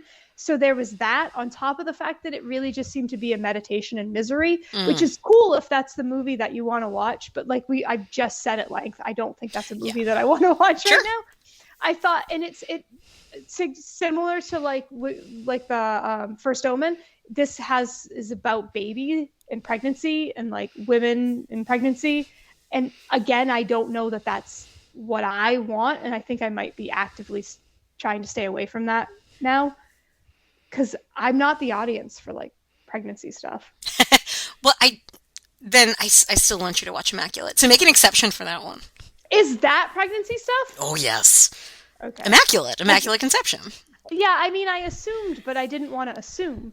Um, I guess maybe I'll lean into it a little bit longer because Apartment 7A, the Rosemary's Baby prequel, just released. You know who And so directed that. I know. Yeah. Relic, the director of Relic. The director of Relic. In case everybody doesn't know what we know. I mean, come on, people. Do you not follow the random interims between when we release episodes? I'm excited to see it because, like I said, Relic didn't necessarily hit for me, but like that was not Relic's problem. Right, and you could see bones of some very good direction there, I think. Yeah. And like to have a woman working on a Rosemary's Baby adjacent thing is like, for me, really like important. Yeah. And exciting. Same. So like, yeah, I'm excited. So maybe I'll just lean into the baby stuff. But that's a hard pass for the front room. I don't personally know anybody that would enjoy it. Interesting. I mean, I haven't heard, most of what I've heard is pretty negative. I don't think it got well reviewed at all. I know I heard like one or two people kind of speak up for it and say that it was actually doing some really interesting things, but which made me intrigued by it. But it could, but like if you aren't keen on, I don't know, I don't want to say elder abuse, but if you aren't keen on seeing elder abuse and you don't really like bodily fluids, I don't know why you would show up for this. Boy, can I not wait for you to see The Substance when we talk about bodily fluids and elder abuse. But bodily fluids are, I actually, you know, when I said body horror and I don't want to be reminded that I'm meat, that's more of like a inside of me. I don't want to be reminded that I'm meat, but I don't mind like vomit and like pee and poop and that stuff. That doesn't like bother me. Let's go through a list. Okay, how about boogers, earwax? Just trying to figure out which any stuff that comes out that is supposed to come out is fine. Okay. Any stuff that is not supposed to come out makes me upset. Interesting. Okay. Like it's like blood can come out. All right. Usually like Manitus on your neck should not come out. No. Okay. There you go. You got it. I do. Yeah. You get it. I mean, the best way to ever explain anything to me is really just to say it's like the Manitou, and then I'm like, oh, okay, I got it. Lasers, Tony Curtis, so you all got good. it. Yeah, totally, all good. Yeah, definitely. If you see this movie for some reason, let me know what you think. But I don't know that you ever will. I can't say that I won't. I could see this being like a random plane movie for me, and me making the person sitting next to me very mad. Like whatever you got to do. And then the last one I watched, I actually liked more than that, which is strange. It's Afraid. It's the AI movie. Oh, right. John Cho. Yeah. I don't know. Like we talked about earlier, like Home Assistant, smart home stuff. I'm a bit of a sucker for it. I like it, even when maybe it's not like doing anything great. This doesn't necessarily do anything that different, but like, I don't know. I guess maybe I'm at a point where a bad Home Assistant movie is only so bad. Yeah. It is your version of my Evil Child movie, I think. I think it might be. You know that I'm very forgiving when it's like social media or tech being used in like an even lightly interesting way. I'm like, Yeah, same way for me. If it's an evil kid or a doll, it can be pretty bad, and I'm still like, yeah, but it was, I don't know, I still liked it better than Don't Leave Home, you know? So, yeah. No, totally. So, yeah, that Afraid movie. I guess it's harmless and easy to watch. and sometimes that's all you need, you know? After The Front Room, I was like, let's watch this Afraid movie, because I need a palate cleanser. I get it. I mean, I can't think of any at the moment. Luckily, none of them were on my list from this round, but those movies that you just watch and you feel worse for having watched them. Yeah. Right? There is something very, and it's, I mean, again, we're saying this as horror fans who have watched some pretty rough stuff, but, and I think both of us, we don't mean we need a happy ending. I can be very satisfied if everybody dies in a movie. But there is something about a movie that seems designed to make you feel bad about everything that, you know, we don't need that. I agree. I mean, unless it involves a killer child. But. Yeah, I couldn't have said it better myself. Yeah. That's kind of it's a dance of trying to figure out like where I'm at right now, what my sweet spot is. I get it. Yeah. All right. Well, I think that roughly wraps up a whole lot of catch up from the last several months. I won't go A through all lot of the ketchup. Olympic activities I watched and, give reviews of each of those, each medal, but I did watch a lot of them. But, we'll come back in 2 years for the Winter Olympics and talk about that. I can't wait. Oh, yeah. In the meantime, if you want to find us, I don't know where we are anymore. We're on Instagram, but you need to post because I'm really bad at Instagram. Feminine I'm pretty underscore bad too. podcasts. Yeah, we're there, maybe. Or Facebook. There's a group, but nobody uses Facebook either. So I don't know. Send us carrier pigeons. We're here. We love you all, and will not put you in front rooms anytime soon. How's that? No, never. Never that. All right. With that being said, happy October! Yeah, have a happy Halloween, everybody. Woohoo! Unless we come back.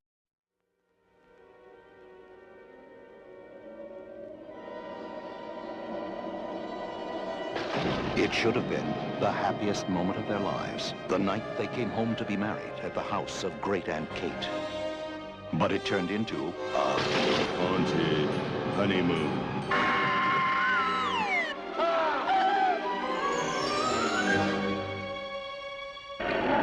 I know that one of you is a werewolf. Hairy. All over.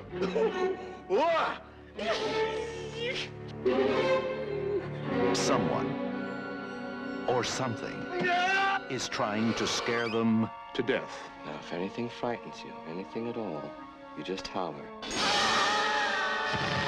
Holy baloney, here we go again. I just found Cousin Francis in my bed. Was he wearing a dress? Yes, he was. Just ask him to leave, sir. Tell him you have a headache. Whatever happens, Who knows if any of us shall ever see the morning. they have to be ready. I'm ready. I'm ready. I'm ready. I'm ready! 1, 2. Beat it while you're still healthy. Yes, sir. It's the biggest thrill of my life. Now, you'd think this would frighten me. It's not what you think. Well, it's partly what you think, but wait. Oh, wait. Starring Gene Whoa, whoa, whoa, whoa. Whoa, whoa, whoa, whoa. Wilder, Gilda Radner, Larry.